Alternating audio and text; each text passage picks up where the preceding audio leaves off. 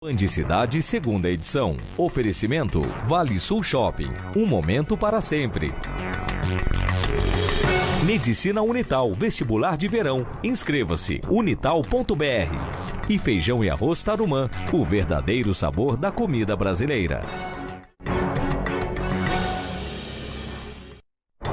Boa noite, bem-vindos ao Band Cidade. Chegou a sexta-feira, finalmente. Muito obrigada pela sua audiência nesse restinho de semana. Eu agradeço também quem está conectado no portal bandvale.com e acompanha a nossa transmissão.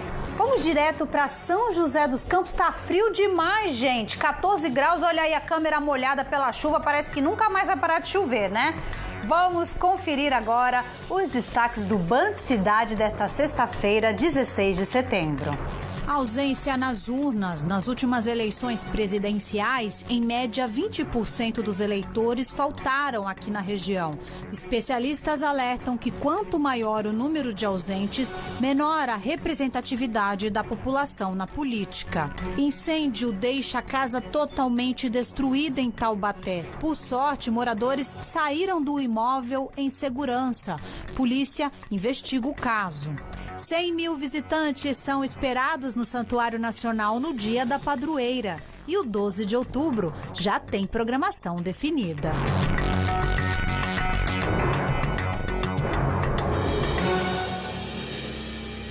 Falta pouco. No dia 2 de outubro, eleitores de todo o país vão às urnas para a escolha de presidente, senador e deputados federais e estaduais. Quem estiver fora do domicílio eleitoral, por exemplo, pode votar em trânsito. Em Taubaté, aproximadamente 1.000 eleitores devem votar dessa forma. Para quem perdeu esses prazos da Justiça Eleitoral, só resta agora justificar o voto para evitar problemas futuros.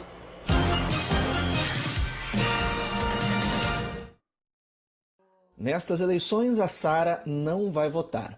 Faz 2 anos que ela mudou de Araçatuba para Taubaté. E apesar do tempo, a Sara perdeu os prazos da Justiça Eleitoral e não transferiu o título. Para mim seria importante estar votando, porque eu me formei há pouco tempo, né? E pretendo estar prestando concurso.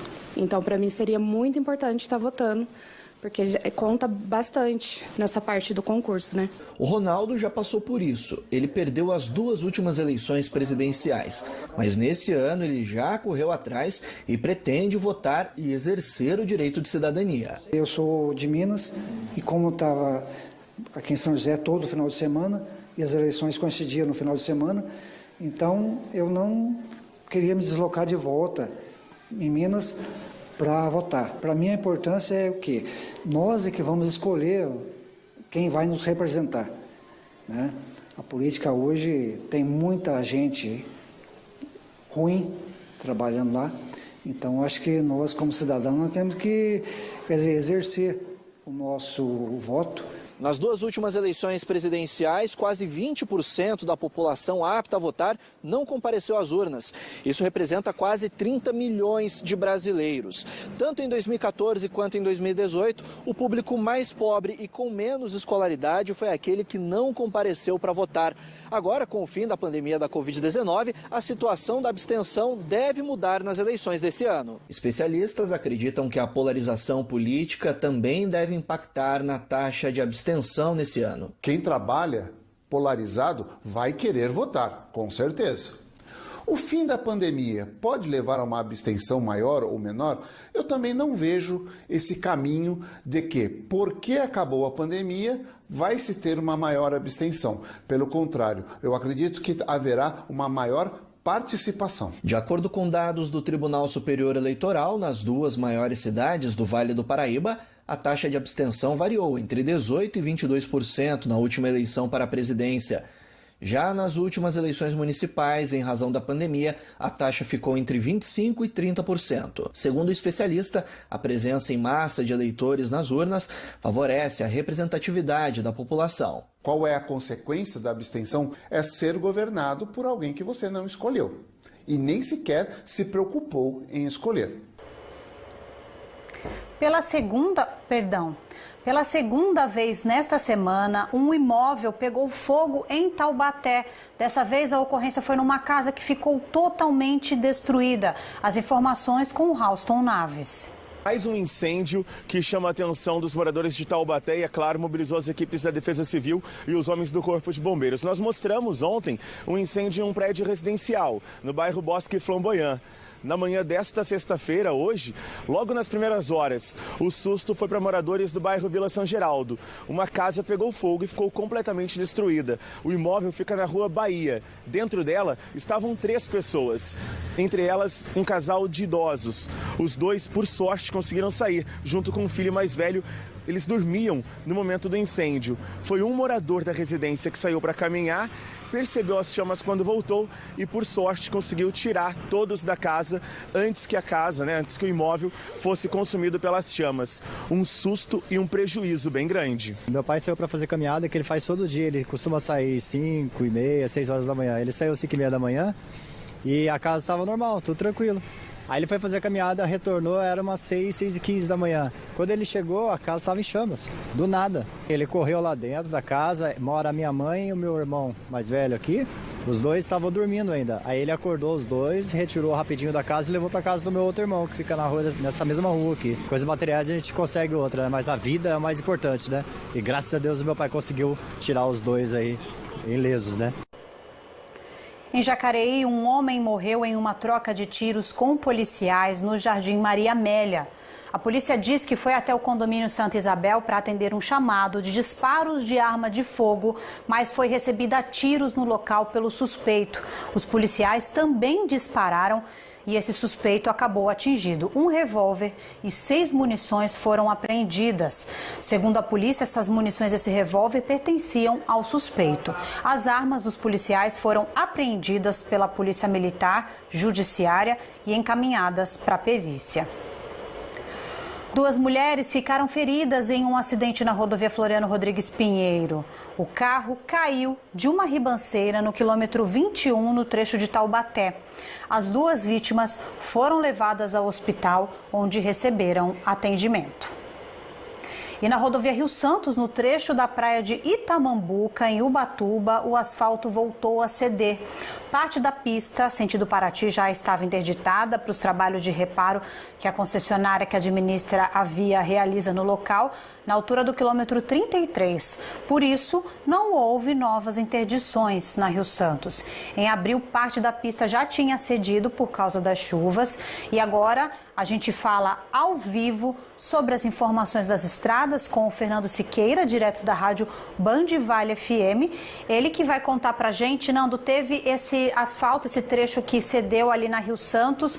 Isso está impactando o trânsito ali ou nos trechos próximos? Boa noite para você, ótima sexta-feira.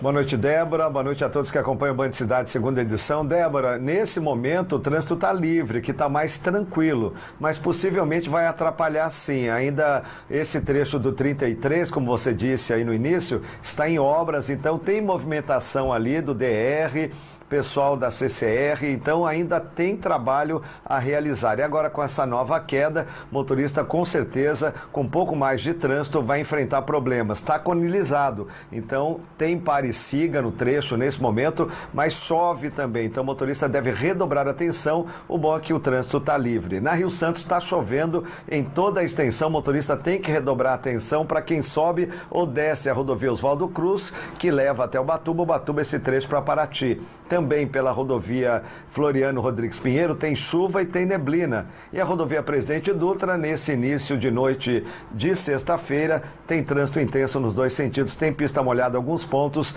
tem reflexo de acidente no trecho de Lorena, no sentido da capital paulista. E o trânsito maior é entre São José dos Campos, Taubaté e Jacareí, viu, Débora? Uma boa noite para você, bom final de semana e boa noite a todos. Boa noite, Nando. Obrigada por essas informações valiosas. Muita gente pegando a estrada, fim de semana aí batendo na porta, né? Muito obrigada e mais informações também na Rádio Band Vale FM 102,9. Bom fim de semana, Nando. Igualmente. Tchau, Débora. Boa noite a todos.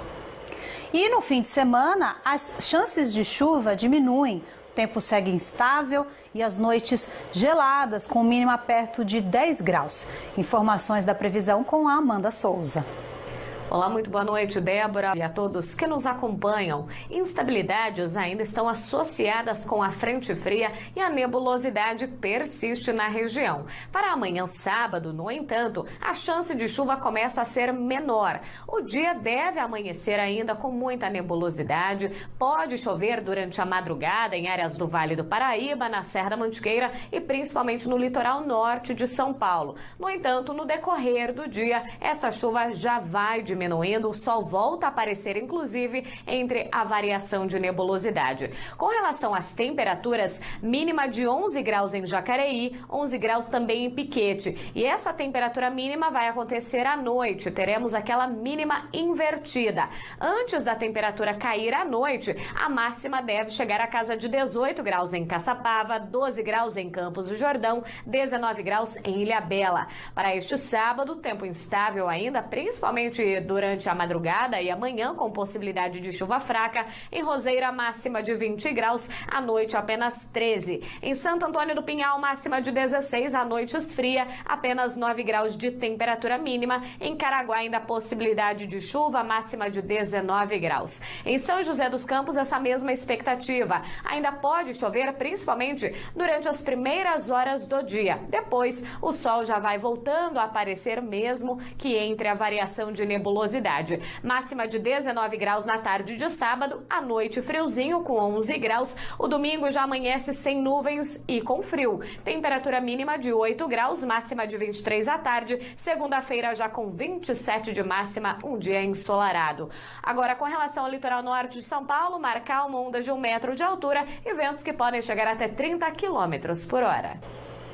Pausa rápida no Band Cidade, são 7h01. Em instantes, mais notícias da nossa região. Fique com a gente.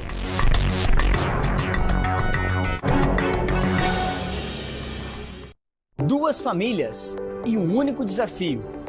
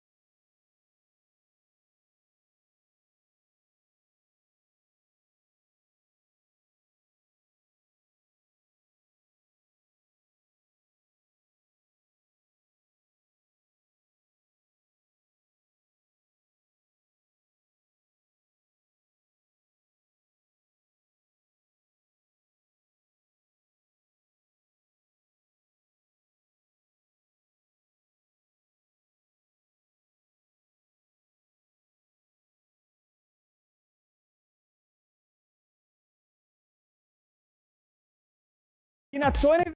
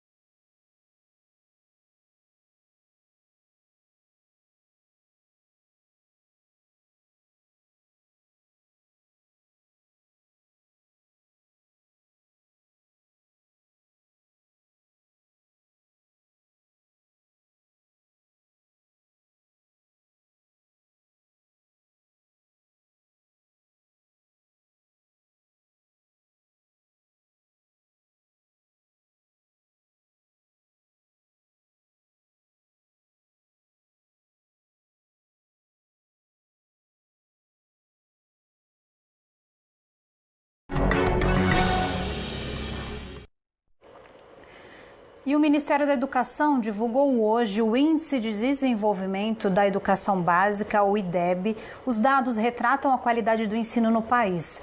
Na região, no ensino fundamental, as cidades de Bananal, Lavrinhas, Lorena, Queluz e Silveiras apresentaram as menores notas no IDEB e ficaram entre 4,8 e 4,9. Já São Luís do Paraitinga foi a cidade da região com a maior nota no ensino fundamental, 5,9. No ensino médio, as menores notas foram em São José do Barreiro, Jambeiro e Canas, com notas entre 3,8 e 3,9. No estado de São Paulo, a média foi de 4,4. Para chegar a essa nota, o IDEB leva em consideração a média da Prova Brasil, aprovação, reprovação e abandono escolar. Vamos mudar de assunto. Neste sábado tem Manhã na Band e os destaques do programa com o Lucas Sanseverino e a Mariana Felício. Boa noite, pessoal. Boa noite, Débora, para você que está ligada nas notícias aqui do nosso jornal. Amanhã, nosso horário é o de sempre. 10 horas da manhã, hein, gente? A gente vai estar aqui no Manhã na Band e a gente espera todos vocês, hein? E vai ter muita diversão em família, a família da Mari. Bagunceira essa minha família, mas tá incrível o programa, viu? Não percam, hein? Tem receita também, os nossos colunistas falando de saúde, bem-estar. Para você. Muita informação, né, Lucas? Para toda a família, Para toda a família, sempre. A gente conta com vocês. Até amanhã. E no início da noite, o Band Entrevista deste sábado fala sobre o futuro da economia. Quais são os desafios para o ano que vem? O que deve influenciar nos mercados nacionais e internacionais e como fica o nosso bolso? Quem responde essas perguntas é o Roberto Macedo, economista e ex-secretário de Política Econômica do Ministério da Fazenda. O Band Entrevista começa a partir das 6:50 da noite. E ainda hoje no Band Cidade, o Santuário Nacional de Aparecida se prepara para o 12 de outubro. Continue com a gente, agora são 7:09, a gente volta rapidinho.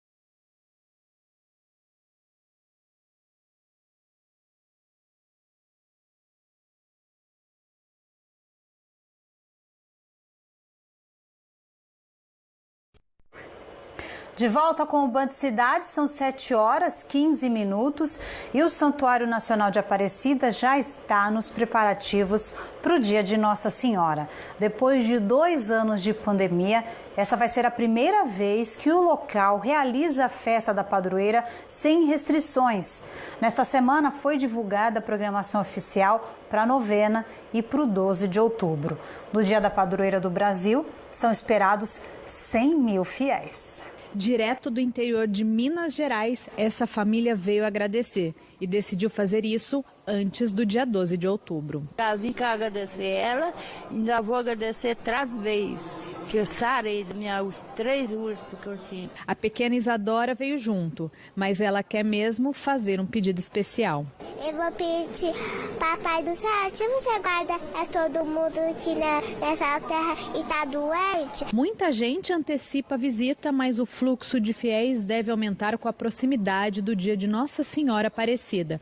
Ainda mais que a programação oficial para a data já foi divulgada. Vamos como que retomar todas aquelas celebrações e promoções que nós fazíamos. Por exemplo, quase que preparando o dia 12, no final da novena, do último dia da novena, dia 11, na véspera, nós vamos fazer a procissão Memória. Uma procissão que sai aqui do santuário e vai até o Porto Itaguaçu. Depois teremos também no dia 12, retomando, a procissão saindo da Basílica Histórica e vindo por algumas ruas da cidade até aqui o santuário, onde haverá a missa de encerramento desse dia. Com tanta programação e com a capacidade das missas liberadas depois de 2 anos, a expectativa é de santuário cheio durante a festa da padroeira. E pela movimentação, poucos dias antes do dia 12 de outubro, a previsão é de que muita gente passe por aqui. Esperamos que a novena e a festa de Nossa Senhora vão contar com um grande número de romeiros. Provavelmente, por exemplo, no dia 11, 12, tenhamos provavelmente 100 mil pessoas aqui no santuário. A outra aposta para atrair os fiéis este ano, além da programação, são os pontos turísticos do santuário. Nós proporcionamos várias experiências para o devoto, o peregrino que chega até a casa da mãe. Dentre elas, nós temos um mirante do Santuário Nacional, que é o último andar da torre, onde tem uma visão panorâmica de toda a área do Santuário Nacional. Um Museu Nossa Senhora Aparecida, onde tem um pouco de história em geral, arqueologia, coleção numismática, e no primeiro andar é dedicado à devoção à Nossa Senhora. A cúpula da Basílica é um desses pontos. Daqui é possível ter uma vista privilegiada do altar. É tão bonito que vale até aquela selfie com o grupo, para deixar a imagem registrada no celular e também na memória. Primeira vez que eu vim aqui nesse lugar, né?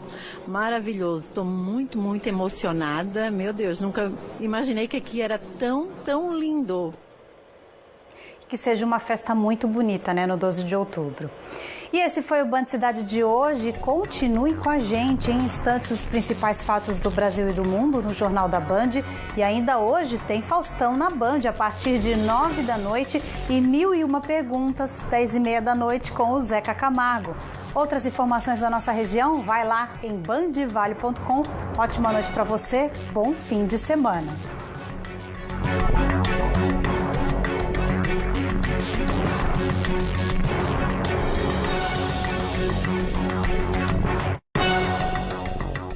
Band Cidade, segunda edição. Oferecimento Vale Sul Shopping. Um momento para sempre.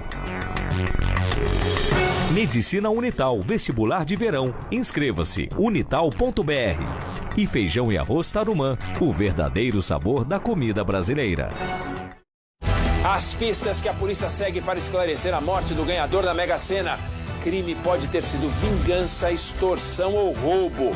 Imigrantes que tentam asilo nos Estados Unidos no meio de uma guerra política. Eles são levados de um estado para outro. Prédio comercial de 42 andares pega fogo na China. Impressionante, ninguém ficou ferido.